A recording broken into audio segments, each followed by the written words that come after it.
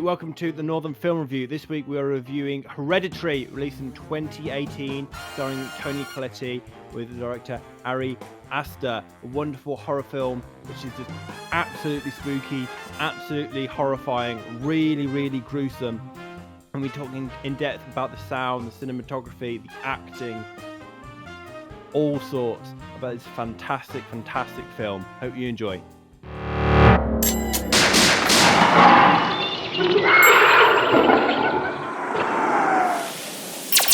The Northern Film Review, with your hosts, Oliver Ellis and Luke Simpson. Hello everybody. So, Northern Film Review. Hello Luke, how are you doing? I'm great, thank you. Lockdown. Lockdown. Yeah, we're in another lockdown in Britain, aren't we? Yeah. It's not so fun. It's not like it's like a proper lockdown, but not like a proper lockdown. But It's only for a month, so hopefully still pretty long though. Gives us time to watch more films. Yeah, maybe. I mean, I was watching Hereditary for this, but I was watching Suspiria as well.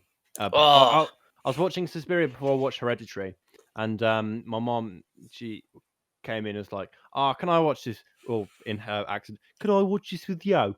And I was like, "Oh yeah, sure, I suppose." And I just kind of watched Suspiria before I watched Hereditary.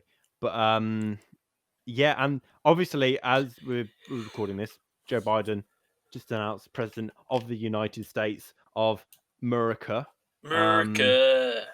Which is fascinating. I don't really know how you feel about that. I'm pretty happy about it. I'd rather him than Trump. Yeah, it's just, Well, it freshens it up a little bit, Yeah, other political opinions do are there, but yeah, that's what's going on in the world right now. I'm sure, because I think Michael Bay, he said about making a film about coronavirus. Oh, have you seen the trailer for it? It's come out. Has it? Oh, yeah, wow. Yeah. There is. It's not. I don't think it's directed by him, but it's produced by him. So he did nothing on it. Pretty much. It's a lot of explosions, but I saw the trailer for it. It was on Twitter. It came up as recommended. Yeah. It's it goes into I think the 10th year of lockdown, and it's like COVID 24 or something like that. It's a bit weird. It's kind of shot in two locations. Yeah. One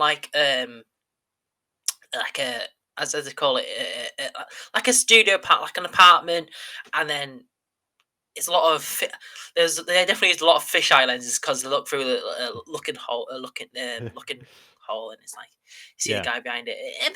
It looks all right. It's going to be one of them meh films, I reckon. Well, I look forward to not watching it. Well,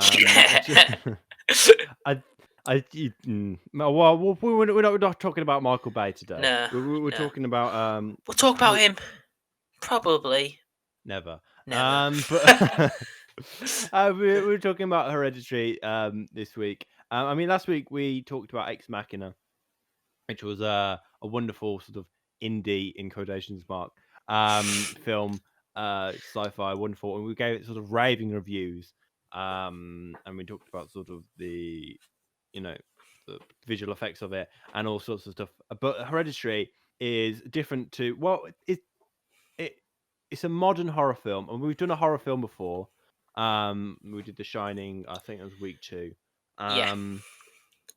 And Hereditary is kind of modern, and it's sort of going along more sort of the modern classic horror tropes that you'd see from a horror film. Different to The Shining, which is kind of going against the norm a little bit in terms of horror tropes and that sort of stuff. But it's a great film, and obviously spoilers ahead. But do you just want to give us the sort of the synopsis of the film so people understand what they're sort of? Yeah. So we introduced this family at a funeral. Basically, the matriarch dies of the Graham family. Her daughter and grandchildren begin to unravel this terrifying secret. Very, very spooky film. terrifying secret about the ancestry of the family.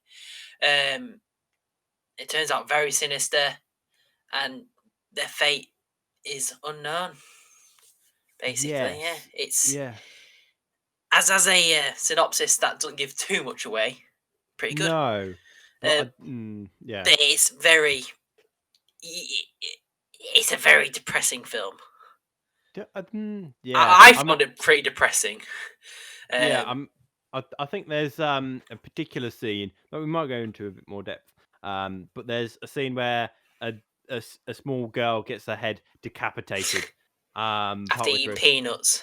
Yeah, I think if this is ever sort of a PSA about not smoking cannabis, I think that driving under the influence, like I'm never going to do it after watching that scene. No, It's like, oh it god, kind of, especially that jump cut of the head on the ground. It was just that shocked me when I first saw it.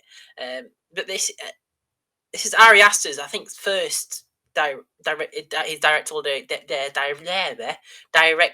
debut, I think. well, he directed Midsommar as well. But Midsommar was after, I think. Was it? Oh, okay. Yeah. Midsommar was after Hereditary. Okay. I think that came out in 2019. Yeah, which is another film we thought of reviewing as well, which is I've watched as well. It's quite interesting.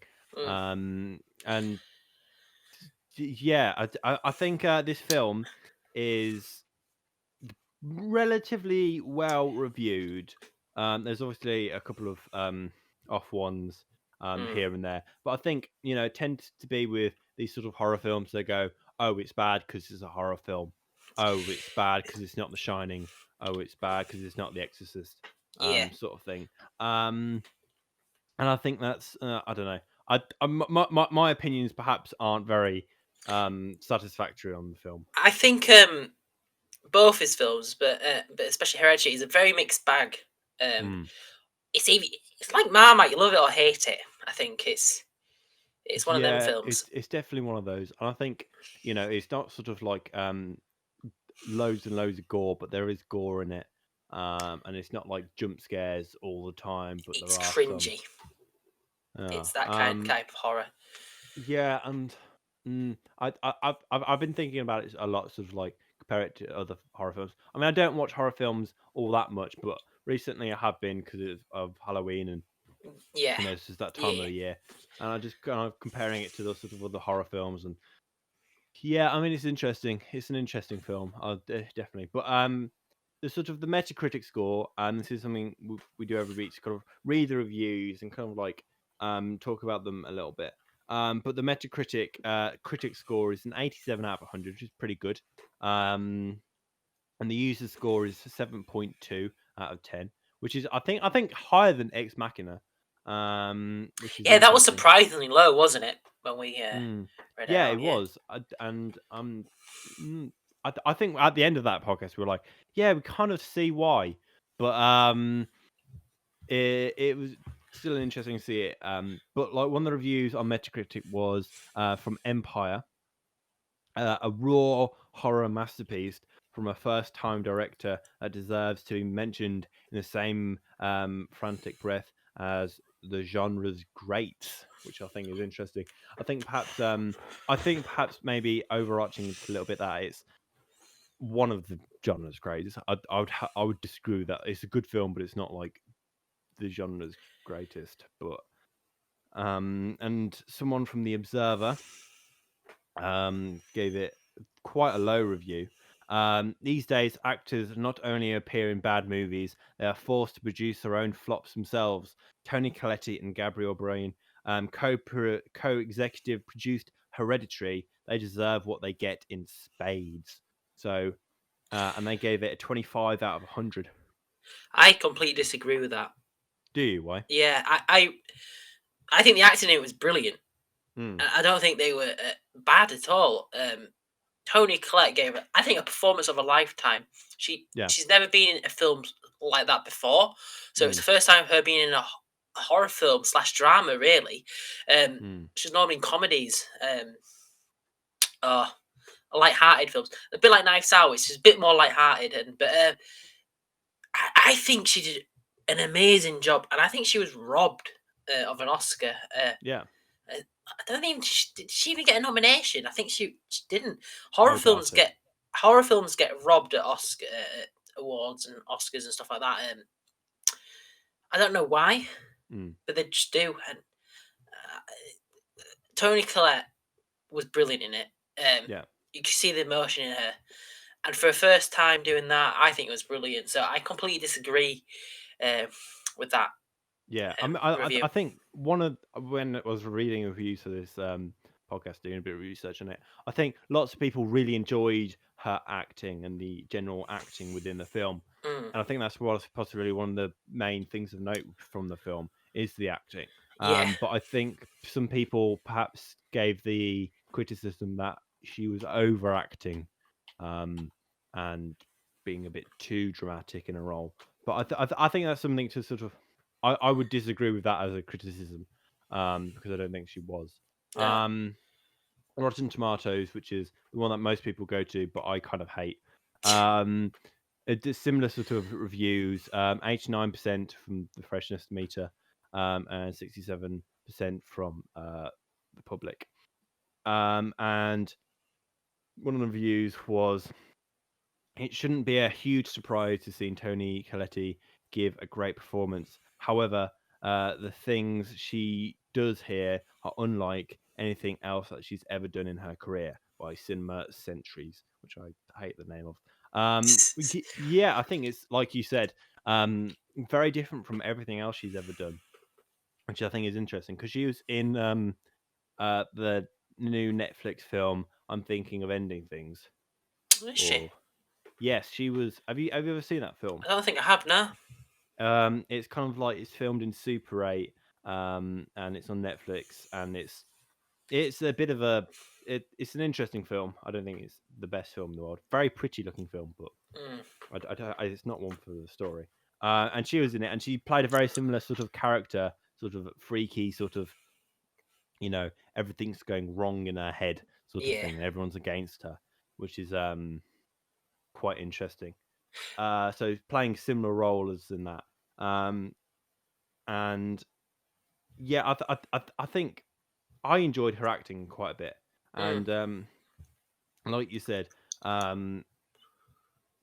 she acted it well, and there was lots of sort of drama in her performance, lots of sort of emotion, and you could really sort of tell the sort of the horror that was going through her. I mean, when my mom watched it, she said it was particularly horrible if you're watching it as a mother. Yeah. Which I think is probably true. Yeah. Talk about overacting. I don't think it is. She's witnessed her mum dying and her child dying in horrible circumstances. I think any mother that would see that would happen to them would react like that. So I don't think it's overreacting. Not overreacting, overacting.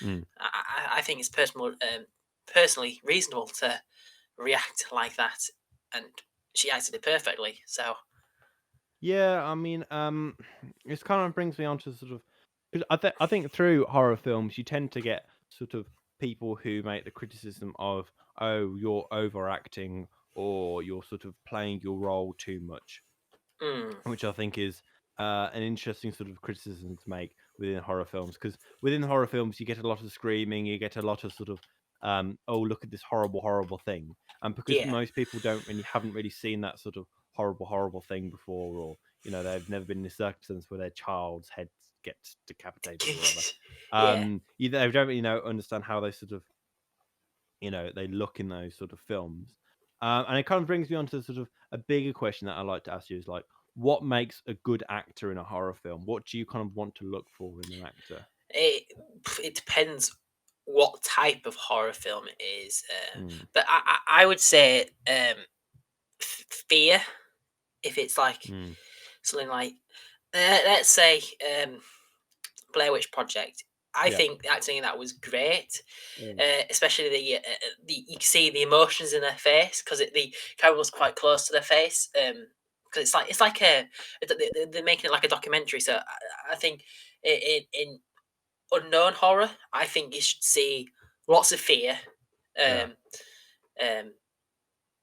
skittish, just because it's the fear of the unknown. You don't know what's there. So I think yes, scared, fear. Also, it is quite hard because you do need. Yeah, I think what I tend to sort of want from a film, a horror film with its acting, is tend to be like sort of. Because I think what a lot of horror films kind of miss is the sort of the relationships between the characters. I Yeah. think, and this might be just me talking nonsense, but like that. I mean, I don't watch many horror films, so I perhaps might know as much as someone else. But I Yeah. think you tend to watch a horror film, and you see the characters as sort of expendable people, as just like narrative points within the Yes. film, So and what rather than actually being a core point of the film. And I think that's something that perhaps Hereditary does well, is that they see Toni Collette as a core point in the film rather than someone who just dies to a guy in a mask. I was going to say, yeah, I think I would want to avoid the tropes of traditional horror, and I think a film like A Cabin in the Woods did it well, pretend like giving you all the staple like dumb blonde and the slag or the slut or whatever you call it, the what else is there? There's the nerd, the virgin, stuff like that. Yeah. I would like to kind of veer away from that, and you see that in Hereditary. There's none of them in there, is there? It's a family, and I would Yeah. avoid all like the mental screaming and all the tripping over, because I want to try. If I was to make a horror film, I want to try and keep it realistic. Mm. None of that stuff in like Jason Voorhees, like Friday the 13th, of tripping over thin air or stuff like that. Keep it Yeah. realistic. I think that what makes it would make a great horror film. The realism in it makes it even more scary. Saying that could happen to you, you just don't know it yet. And I think the sort of the realism factor is quite important. And I agree with you. Sort of, the stereotypes within sort of modern horror films that kind of like perpetuate sort of like, oh, look at this. I don't know. You tend to have a sort of like sort of a beautiful woman die first or whatever, or Yeah, like you might have sort of a person of color yeah, sort of in there for sort of whatever reasons they die first, yeah, and there's sort of these sort of like tropes that you see in horror films over and over and over and over again. And I think yeah, that's it's more down to casting than perhaps and script ideas and acting. But I think it's important note to sort of take is like, you need to sort of break these boundaries, because that's sort of what, in my opinion, makes the film more interesting, if you kind of break down these boundaries of the stereotypical whatever. But yeah, it's interesting to kind of talk about that, really. I think I what in The Shining, I think there's a very sort of similar acting from, I can't remember what her name was, the mother in The Shining. It's similar sort of acting to Toni Collette in Hereditary, I think. Sort of a dishevelled sort of mother Shelley Duvall. character.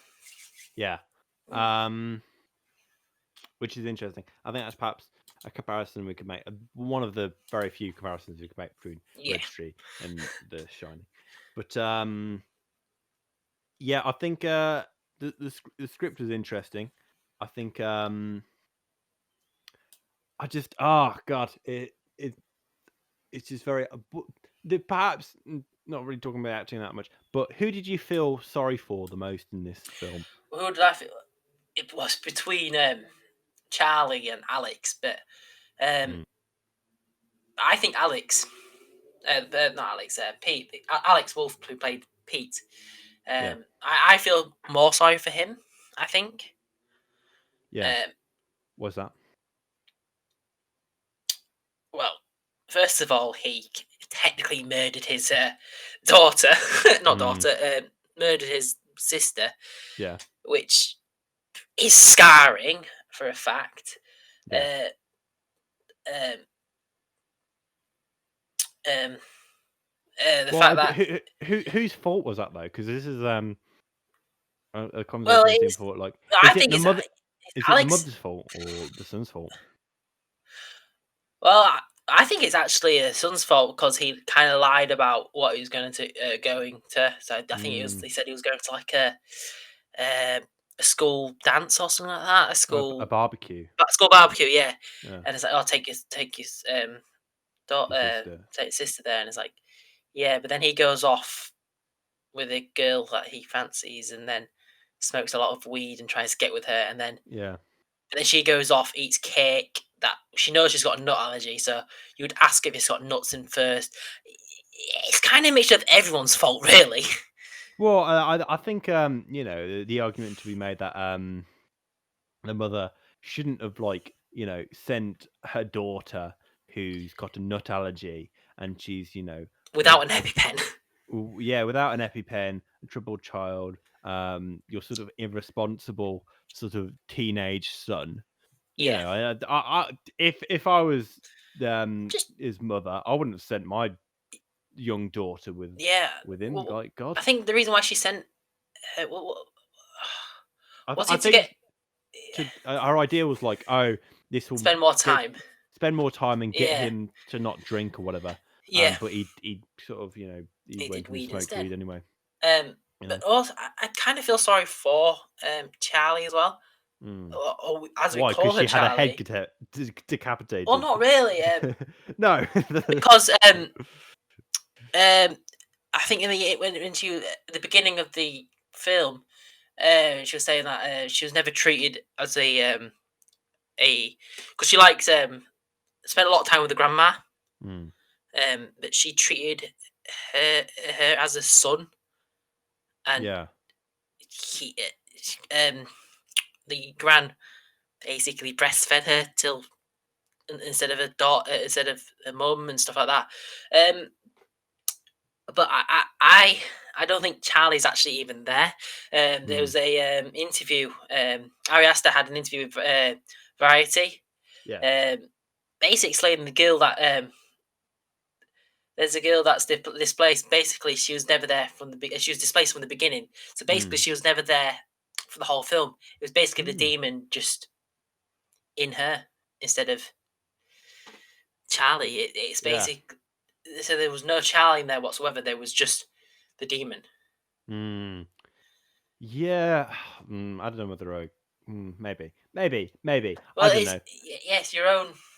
It's what you get from it, but that's what Ari Aster said to Variety. So I think talking about sort of Charlie as well.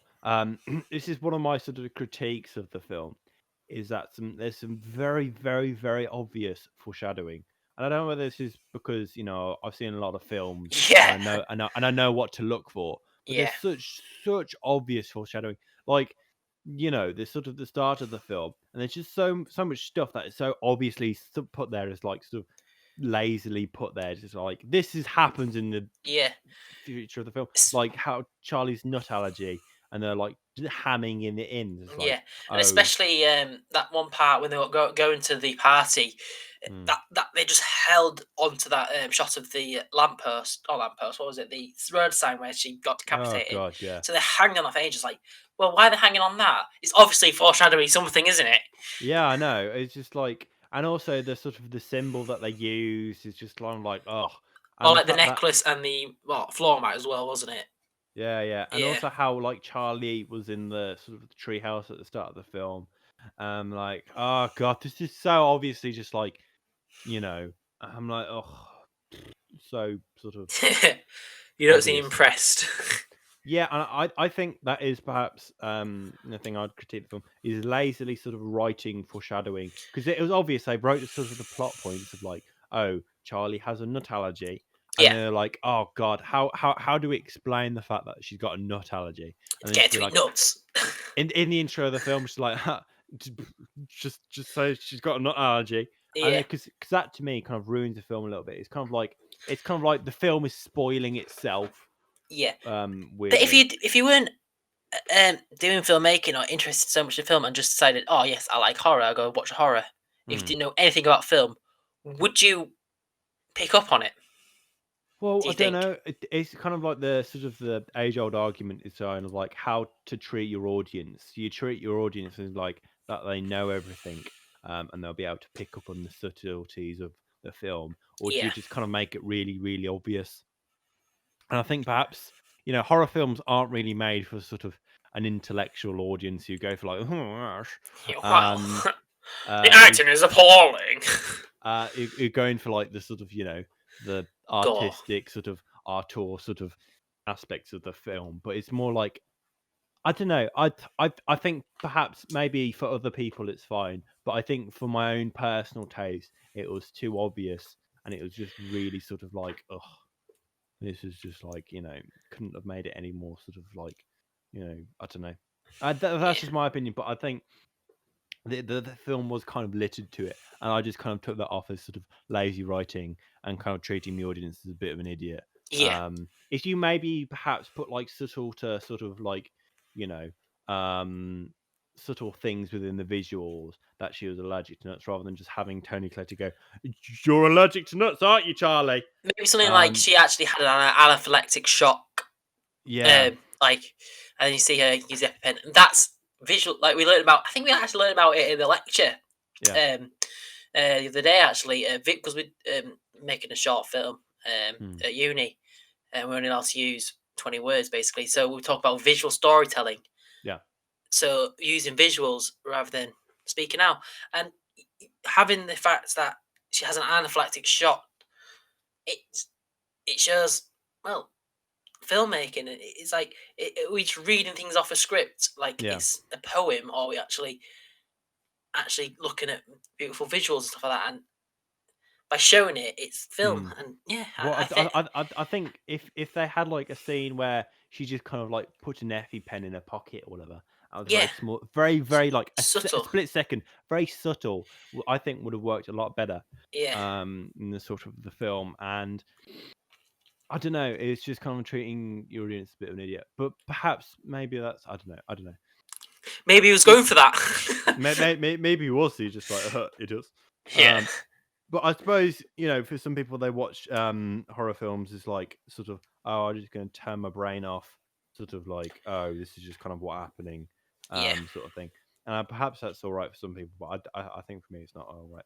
But I think one thing that I think perhaps is slightly more artistically interesting in the film is the music was quite interesting. I think I it was interesting because of the way that he sort of made it. So it's composed by Colin Detson, um, Hmm.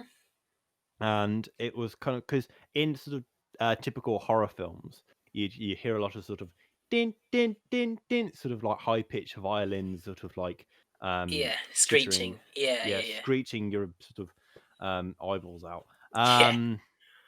And it was kind of like the music was very like low and brooding and lots of sustained chords, and sort of stuff like that, and sort of like repeating musical motifs within the film, Was it which quite was very demonic? Do you reckon?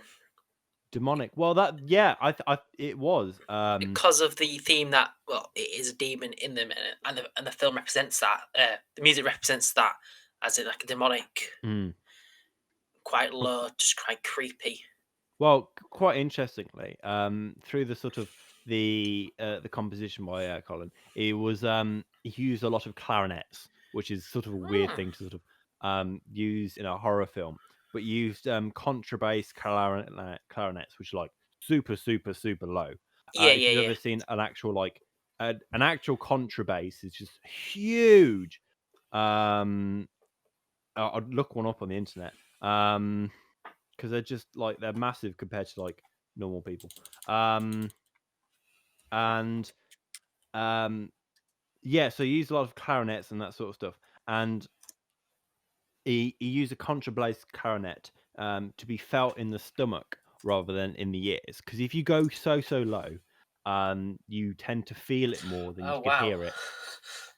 So if you've ever been to like a big music festival or whatever, you Yeah, tend yeah, to really hear it in your heart, and then sort of within your body, and yeah, that's yeah, sort of like the idea that you said like, oh, there's a demon within us, and kind of getting that bass to kind of like feel it inside of you. I think really works as sort of like, perhaps maybe I'm going into a bit of too much detail in this, but like I think it's sort of like feeling the bass within you really works in the sort of the idea of like you're feeling the bass within you, and the sort of the Ari Aster really wanted the music to feel evil and to feel off and to feel dark, and You want to feel uneasy whilst watching it, don't you?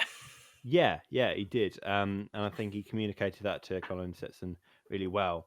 And the sort of it's very subtle music, and it's kind of like so the sort of the transition between sort of like finding Charlie's body in the car and the driveway is sort of like a swirl of like reverb in the music that kind of like creates to like a big sort of swell to like there's dead, my child is dead in the back of the car, and it's kind of like seamless in the way that they do it, which is quite interesting. Yeah, when you were watching the film, how did you sort of, what was your initial reaction to the music? Did it stand out to you, or did it just kind of like fall into the background? I think the music did stand out for me. I think the sound in general stood out to me. I do think in horror films, music is important. Yeah. But I think one of our teachers did say to us, try not to use music because it kind of conveys emotion for you. Like it gives you it makes you feel a certain emotion instead of you. The music makes you feel one emotion, but then you might want to feel another emotion about the film. Yeah. But I do think it is important because, like, I think it was another one of our teachers actually. If you watch Psycho without the music, it's not scary at all. But if you watch it with the music, it's tense. It makes you feel uneasy. I felt really uneasy watching Hereditary. The music just made me feel off and like just gripping a cushion or something like that. Just to this, I don't feel right watching this. And especially the sounds or all the squelching and just the bone breaking and it's just quite cringy. Not as in cringy comedy. It's more like it makes you feel uneasy. The especially the cheese wire scene near the end, when the attic and you just hear and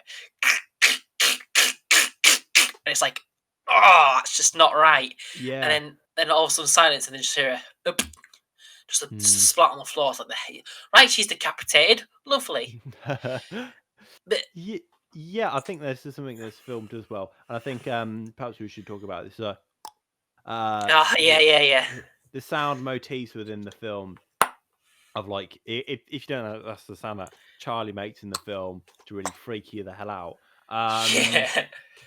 Which is it's just really odd, and it's kind of like you were saying, it's kind of used to sort of like represent when the demon is there. Demon's active, yeah.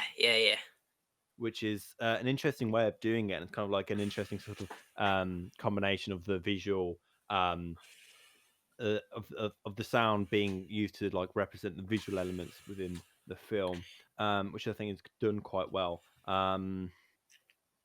It's interesting. It's an interesting film, the sort of the music and the sound design, and I think that's perhaps what it does quite well as a film, in my opinion. But I think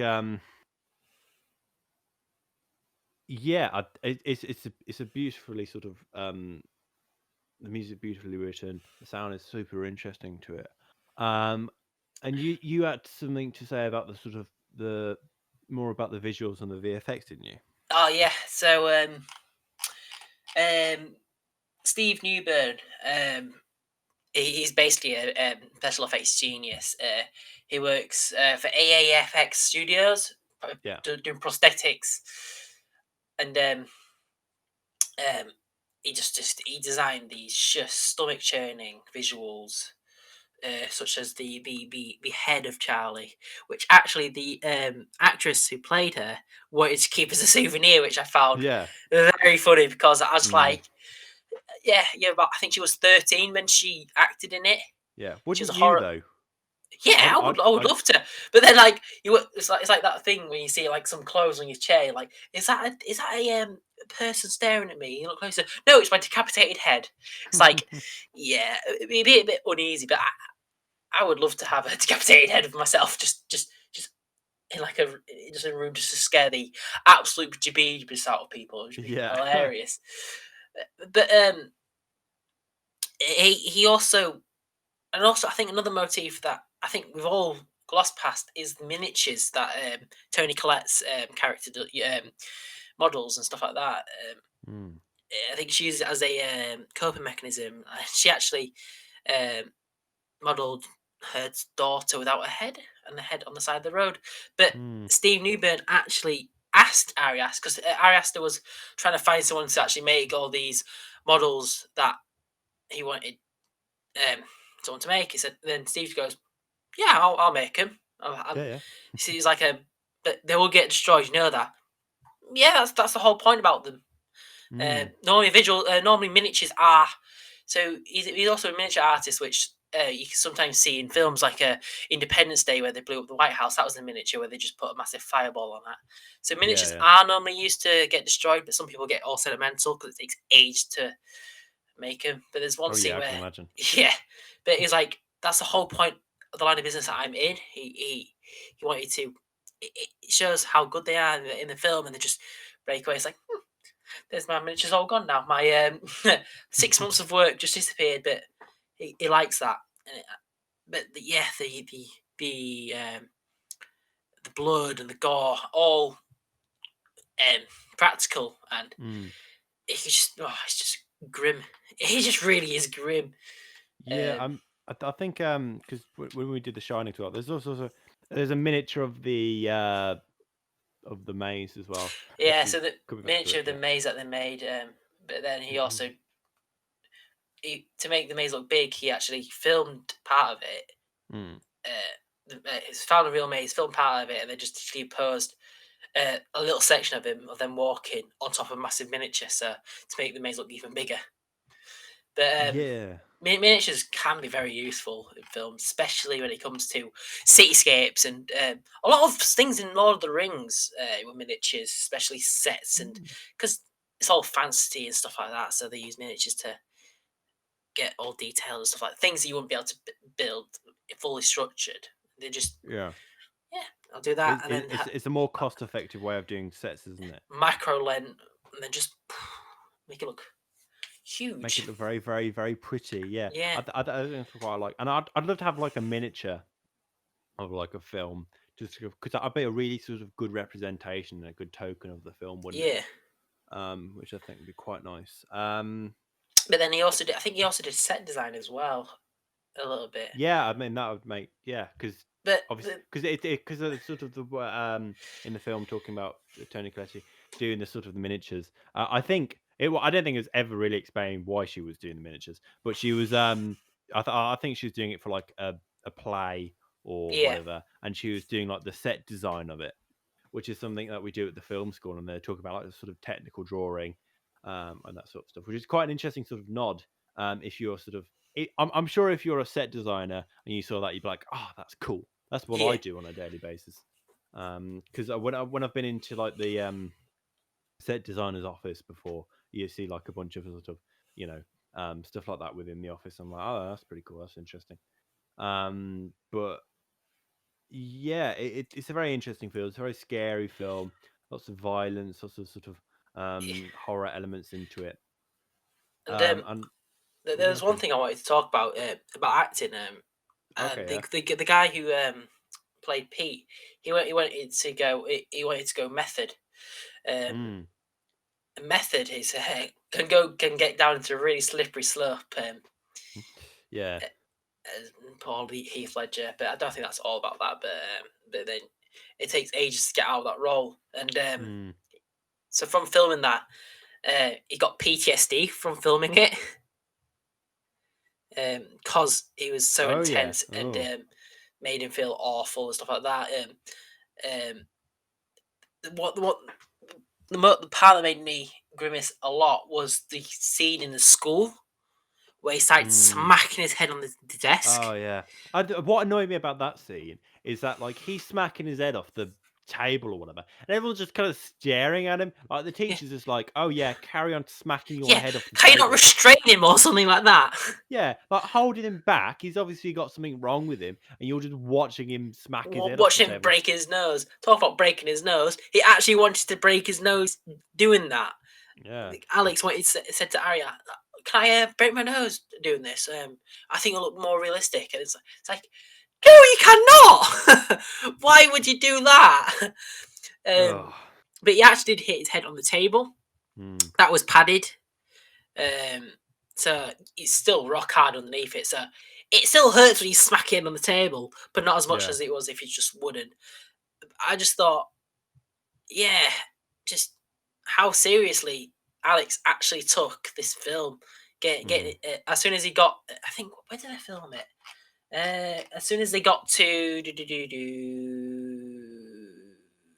can't remember where they filmed it. Is it Ohio? Got a lot of votes for Biden there. Anyway, it doesn't matter. But no, so when he arrived to the shooting location, he's like, "Right, I am now Pete." And for the whole, I think 3 months it took them to shoot, he wasn't Alex anymore. He was Pete. And I think that's why he got a little bit of PTSD after that, because of how intense his character actually is. You know what? I've thought about method acting a lot, and I'm like, if I'm on the crew, right, and I'm like the cinematographer, or I'm like the sound recordist or whatever, and someone's like doing method, and I'm there just like getting my sort of, my sandwich, my cucumber sandwich at lunchtime, and some guy just starts like trying to like speak in a really weird voice and creeping me the hell out. That's not a good. Yeah, that's not a good vibe on set, is it? I'm just trying to boom your scene, mate. Yeah. And you Hello, just Alex. like, I'm not Alex. I'm Pete. Sure. Yeah, like, you're gonna finish those nuts, and like, and he just throws the nuts up into the air. It's like, ah. He starts like crawling around. Yeah. Nice to meet you. I think it'll be a bit awkward working with the method actor, especially. I think they are quite awkward to work with. I think Daniel Day-Lewis is a notorious method actor, so is Joaquin Phoenix. And some of their roles, oh my word, it's just like I think it would be a bit uneasy working on a set with a method actor. I just like because there's been two Jokers now who have both done it like method, like Heath Ledger and Joaquin Phoenix. Technically three, because Jared Leto kind of went method on that, but not fully method. But we ignore Jared Leto's Joker because it was god awful. Yeah, we don't speak about that. And it's just kind of like, I don't know. Imagine just being on a set with the Joker and you just kind of like, and again, same thing, going for the nuts, and he just kind of throws nuts in your face. Like, ah! You want to know how I got these scars? No. Yeah, and he takes out a razor and threatens you with it. I'm like, oh, it was very, very, very, very weird. I'm just, I wouldn't deal with it. I just couldn't deal with it. Yeah. But so the film, it's a good film, very interesting film. If you had to score it out of 10, I hate doing this. I hate when we do this. I think it wasn't one of my favorite films I've ever watched. I said when we talked about The Shining, I'm not the greatest fan of horror. No, but I do think it made me feel uneasy, which is I think that's what they tried to make us feel.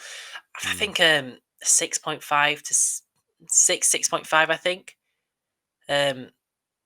Yeah, it's not my favorite. I appreciate the reason why I'm that high is I love the acting in it. I think acting is great in it. The visuals in it is brilliant. The sound is brilliant.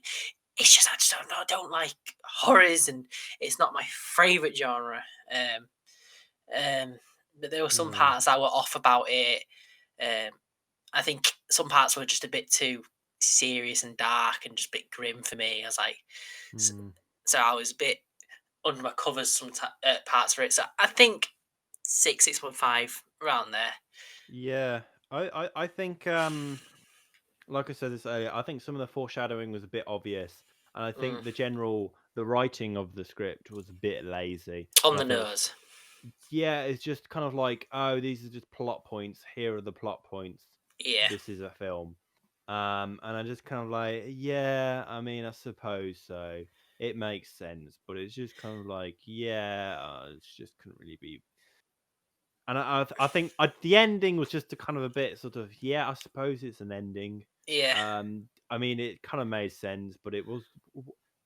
I mean, the thing is, we didn't really talk about much in this. It's kind of like the sort of the plot points of the film because there weren't really many. Yeah. Well, the main plot point is basically this demon wants to have a human host, has to be male. It can only transfer through tragedy, basically. And the only way they can transfer is head coming off, basically. That's how it transfers. So basically, as soon as, because Charlie originally had it from the beginning of the film, apparently, then once her head got decapitated, it was then went on to the mum, and then dad died. Because dad didn't really have it because he's not hereditary. Yeah. That's why it's called Hereditary. But then mum cut her head off with the cheese wire or piano wire. I can't remember what it is.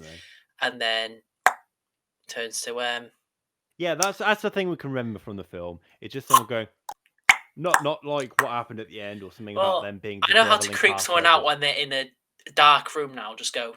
Who's ever seen that? They'll get freaked the chuff out. Yeah, I think. But if I had to give it, I'd give it like a 6. Yes. 5.5. I wasn't really sort of enthused by it. I thought the writing was lazy. I thought the acting was good. Cinematography wasn't really much to be said. And it's just kind of like, yeah, it is what it is really. But for a first-time director, you got to give him a little bit of credit as a first proper film he's made. It was acclaimed enough. But I don't think he's as for a first time, because we've talked about 2 first-time directors already, Ex Machina and Hereditary. So, which one do you think did their film for a first-time director better? Well, I think Ex Machina. Yeah, definitely. I think it was just that was actually sort of genre breaking and interesting and really sort of against the book in the way it was made. And I think for Hereditary was kind of a bit like, I think his next film, Midsummer or whatever, was much better. I think that really did sort of go against the sort of the stereotypes of the horror. Yeah, a lot of meaning behind a lot of it. Lots of. We might get to that one day or another, but not anytime soon. I don't think. Yeah. And it was very sort of that was a very interesting sort of made film. But I think that's about all we could say about Hereditary. It was a very good film, very interesting film. But hopefully you enjoyed the podcast. Hopefully you enjoyed what we've been talking about. We'll be back next week with another film. Which will be a very interesting one. And if you have missed this, we are on YouTube as well. Yes. YouTube, the Northern Film Review, and we're also on Leeds Student Radio on Tuesdays 2 till 3. We're also on Instagram, which is the Northern Film Review again. We post weekly about films and stuff like that. And give us a follow, give us a little comment what film you want to see, as per usual. We'd love to hear what we actually would love to hear what your favourite films are. And if we see a comment, we might give it a little review for you. Yeah. So I've been Oliver. I've been Luke. We'll see you guys next week. Bye. Bye.